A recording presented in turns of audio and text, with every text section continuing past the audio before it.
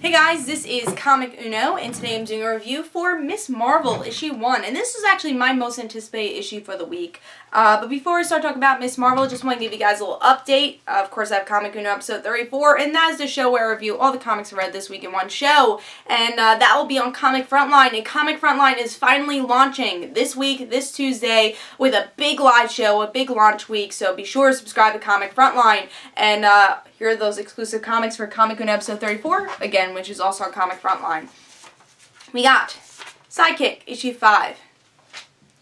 Lazarus, issue 6. Trillium, issue 6. And then Superior Foes of Spider-Man, issue 8. So if you want to go check out those reviews, go to Comic Uno episode 34, which will be annotated. But let's talk about Miss Marvel, issue 1. Ooh, love this cover. Sarah Pichelli is a great artist. I think it fit this book really well, even though Sarah Pichelli doesn't do the interior. I do really like this cover.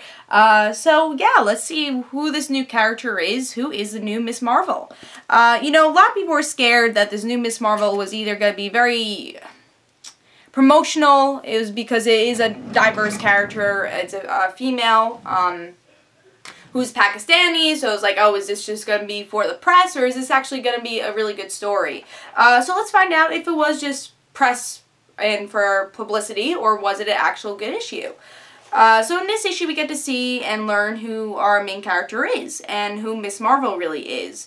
And she wants to be popular, it seems like. She loves the Avengers. She wants to be the pretty blonde. And she even thinks that the pretty blonde of her high school is nice, and they invite her to a party. And she asks her parents, can I go to this party? And they're like, no, you're not going to this party. Maybe you could, like, do homework or, like, watch a movie with one of your other friends. And she's like, oh, but I really want to go to this party. So she ends up going. She sneaks out, and she sees one of her friends that works at one of the convenience stores that, I can't think of his name though, which I'm sure we will learn his name because it seems like he's going to be the love interest of the story, and it seems like the parents like him also. So he's there, he's like, oh, you should go home, come on, let's go home. And she does go home, and she drinks one sip of alcohol, and the kids are making fun of her, so she's like, I should go home. And they're drunk, maybe they are nice people, who knows, but they were drunk and they were making fun of her, and that's one thing you see a lot. There are things that she's made fun of.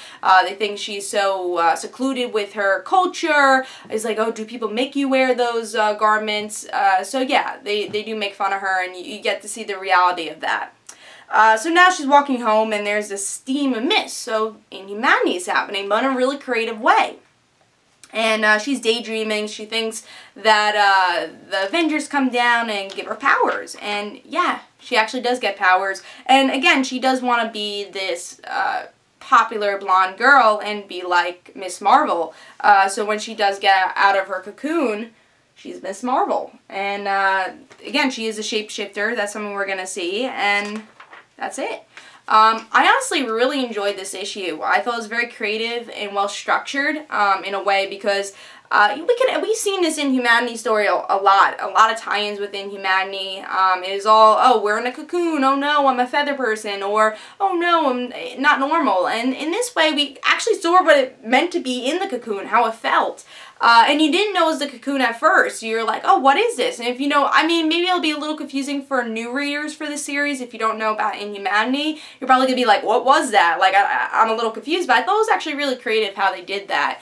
So I really like our main character here, which I don't know her name at this moment, but I'm sure as the series goes on, I'll learn it. But Miss Marvel, the new Miss Marvel, is really cool. I like her attitude, and I think with the first page, really, where she's trying to smell these hamburgers that she's not allowed to have because of her culture, she's like, I know I can't eat it, but can I smell it? And her friend's like, maybe I should, like, pay you to smell these things now. So it's cool. Like, we actually get to see this personality towards the first page. You're like, oh, cool, I could relate to this girl. I like her. And I think that's the hardest part with the new characters like this. Could we like the character really easily? And yeah, with this issue, you relate to her in some way.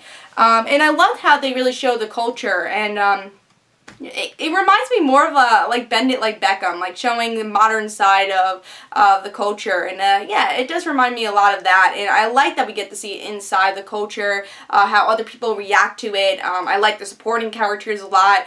I thought it was really great. So this is actually my pick of the week. I really enjoyed this issue. I'm looking forward to reading issue 2. It's a the most entertaining issue I read this week, and I think the most creative, well-structured. So I'm going to give it 4.5 stars. It didn't quite make it to 5 stars because there was nothing that amazed me in this issue. That's usually a 5-star, but I still really loved this issue. It was really good. It was my pick of the week. Totally recommend it. Give it a try. And I don't think this was a publicity stunt. I think it really did show the culture because of the writers and the artists being in the culture. I think it made this series so much better. So I really liked it. I definitely recommend it. So I'm going to give it 4.5. That's my pick of the week. Hope you guys enjoyed. This is Comic Uno. And guys, don't forget to follow me on Twitter for Comic Uno and the Rant Situations. And don't forget to like my Facebook page. And I'll see you guys later. Bye.